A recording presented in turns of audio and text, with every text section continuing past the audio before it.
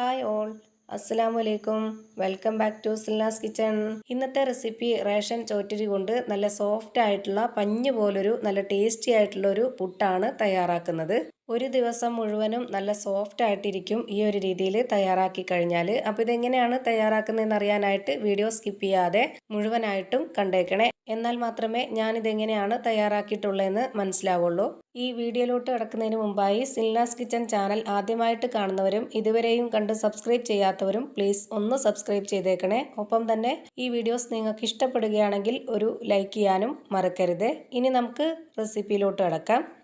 അപ്പോൾ ഈ ഒരു പുട്ട് തയ്യാറാക്കാനായിട്ട് ഞാനിവിടെ എടുക്കുന്നത് അരക്കപ്പ് അളവിലുള്ള റേഷൻ ചോറ്റരിയാണ്. ഈ ഒരു അരക്കപ്പ് അളവിലുള്ള 2 കപ്പ് ചോറ്റരിയാണ് ഞാൻ എടുക്കുന്നത്. വെള്ള അരിയാണ് ഇപ്പോൾ എടുത്തിട്ടുള്ളത്. ഇനിയിപ്പോൾ റോസ് അരി ആയിരുന്നാലും കുഴപ്പമൊന്നുമില്ല. ഇതുപോലെ തന്നെ തയ്യാറാക്കിയാൽ മതി. നല്ല സോഫ്റ്റ് ആയിട്ടുള്ള പഞ്ഞ് പോലൊരു പുട്ട് റെഡിയായി കിട്ടും. ഇനി ഇതിലേക്ക് വെള്ളം ഒഴിച്ചു കൊടുത്തതിന് ശേഷം ഒരു 3-4 പ്രാവശ്യം നല്ല പോലെ ഒന്ന് കഴുകിയിട്ടെടുക്കാം. ഇതുപോലെ നന്നായി 3-4 പ്രാവശ്യം കഴുകിയെടുത്തതിന് ശേഷം ഒരു അരിപ്പിലേക്കിട്ട് വെള്ളമെല്ലാം മുഴുവനായിട്ടും ഊറ്റിക്കളഞ്ഞിട്ടാണ് ഞാൻ ഇതുപോലെ പാത്രത്തിൽ ഇട്ട് വെച്ചിട്ടുള്ളത്. ഇപ്പോൾ ഇതാ ഒട്ടും തന്നെ വെള്ളത്തിൻ്റെ അംശമില്ലാതെ നന്നായിട്ട് കഴുകിയിട്ടാണ് ഈ ഒരു അരി എടുത്തിട്ടുള്ളത്. ഇതുപോലെ വേണം നമ്മൾ ഈ ഒരു പുട്ട് തയ്യാറാക്കാനായിട്ട് അരി കഴുകി എടുക്കാനായിട്ട്. ഇനി ഈ ഒരു അരി നല്ല പോലെ പാനിലിട്ട് ചൂടാക്കി എടുക്കണം. അപ്പോൾ അതിനു വേണ്ടി ഞാനൊരു പാൻ സ്റ്റൗവിലേക്ക് വെച്ച് ഫ്ലെയിം ഓണാക്കി കൊടുത്തിട്ടുണ്ട്. എന്നിട്ട് അതൊരു മീഡിയം ഫ്ലെയിമിലും ലോ ഫ്ലെയിമിലും വെച്ചുകൊണ്ട് ഇത് നന്നായിട്ടൊന്ന് ചൂടാക്കി എടുക്കണം. എല്ലാ അരിയും ഒരുപോലെ ചൂടാക്കി കിട്ടാൻ വേണ്ടിയിട്ട് ഇതുപോലെ ഒരു സ്പാച്ച് വെച്ചിട്ടോ അല്ലാന്നുണ്ടെങ്കിൽ ഒരു കയ്യിൽ വെച്ചിട്ടോ നല്ല പോലെ ഇളക്കി കൊടുക്കുക.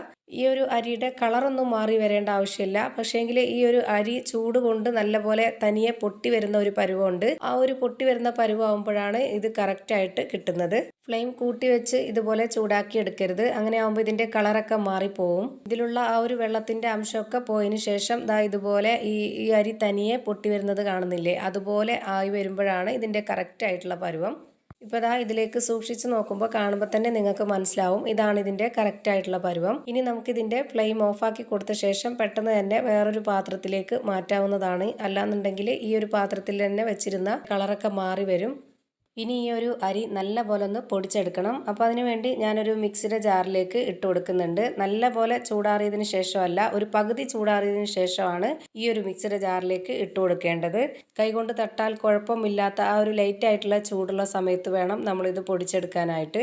ഇപ്പോൾ ഈ ഒരു അരി നല്ല പോലെ പൊടിഞ്ഞ് കിട്ടിയിട്ടുണ്ട്. കാണുമ്പോൾ തന്നെ നിങ്ങൾക്ക് അറിയാൻ പറ്റുന്നുണ്ടാവും, നന്നായിട്ട് പൊടിഞ്ഞ് കിട്ടിയിട്ടുണ്ട്. ഇതാണ് കറക്റ്റ് പരുവം.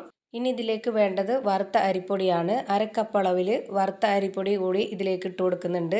അപ്പോൾ അരക്കപ്പ് അളവിലുള്ള 2 കപ്പ് ചോറ്റരിക്ക് വേണ്ടിയാണ് അരക്കപ്പ് അളവിലുള്ള 1 കപ്പ് അരിപ്പൊടി ഇട്ട് കൊടുത്തിട്ടുള്ളത്. ഇനി ഇതിലേക്ക് ആവശ്യത്തിനുള്ള ഉപ്പും കൂടെ ഇട്ട് കൊടുത്തതിന് ശേഷം ഇത് കൈകൊണ്ട് നന്നായിട്ടൊന്ന് മിക്സ് ചെയ്തിട്ടെടുക്കാം. ഇതെല്ലാം കൂടെ നന്നായിട്ട് മിക്സ് ചെയ്തെടുത്താലാണ് കറക്റ്റായിട്ട് ആ ഒരു പരുവത്തിന് കിട്ടുള്ളൂ. ഇനി അടുത്തതായി ഒരു പാൻ സ്റ്റൗവിലേക്ക് വെച്ച് ഫ്ലെയിം ഓണാക്കി കൊടുത്തിട്ടുണ്ട്. ഇതിലേക്ക് 250 ml കപ്പിൻ്റെ അളവിൽ 1 കപ്പ് വെള്ളം ഒഴിച്ചു കൊടുക്കാം. എന്നിട്ട് ഇത് നന്നായിട്ടൊന്ന് തിളച്ച് വരണം. വെള്ളം ഇതുപോലെ നന്നായിട്ട് തിളച്ച് വരുമ്പോൾ ലോ ഫ്ലെയിമിൽ ഇട്ട് കൊടുത്തതിന് ശേഷം നമ്മൾ തയ്യാറാക്കി വെച്ചിട്ടുള്ള ആ ഒരു പൊടി ഇതിലേക്ക് മുഴുവനായിട്ടും ഇട്ട് കൊടുക്കണം. എന്നിട്ടിത് ആ ഒരു ഫ്ലെയിമിൽ തന്നെ വെച്ചിരുന്നതിന് ശേഷം ഇതുപോലെ ഒരു കയ്യിൽ വെച്ചിട്ട് നന്നായിട്ട് ഇതൊന്ന് ഇളക്കി യോജിപ്പിച്ച് കൊടുക്കുക. ആ ഒരു സമയത്ത് ഈ ഒരു വെള്ളവും പൊടിയുമായിട്ട് നല്ല പോലെ യോജിച്ച് കിട്ടുകയും ചെയ്യും. അതിനൊപ്പം തന്നെ വെന്ത് കിട്ടുകയും ചെയ്യും. ഇതുപോലെ എല്ലാം നന്നായിട്ട് യോജിപ്പിച്ചെടുത്തതിന് ശേഷം ഫ്ലെയിം ഓഫ് ചെയ്ത് എടുക്കുക. എന്നിട്ട് നമ്മൾ കൈകൊണ്ടൊക്കെ തൊട്ടാൽ കുഴപ്പമില്ലാത്ത ഒരു ചൂടുള്ള പരുവാകുമ്പോൾ നമുക്കിതൊന്ന് മിക്സിയുടെ ജാറിലേക്ക് ഇട്ട് കൊടുക്കണം. അപ്പോൾ അതിനുവേണ്ടി ഞാനിവിടെ ഒരു മിക്സിയുടെ ജാർ എടുത്തിട്ടുണ്ട്. നേരത്തെ അരി പൊടിച്ചെടുത്തിട്ടുള്ള അതേ മിക്സിയുടെ ജാറിൽ തന്നെയാണ് ഇത് പൊടിച്ചെടുക്കുന്നത്. അപ്പോൾ ഈ ഒരു മിക്സിയുടെ ജാറിൻ്റെ പകുതിയോളം ഞാനിപ്പോൾ ആ ഒരു പൊടി ഇട്ട് കൊടുത്തിട്ടുണ്ട്. ഇനി ഇതിലേക്ക് ഇതുപോലെ ഒരു കയ്യിൽ ചോറാണ് ഇട്ട് കൊടുക്കുന്നത്.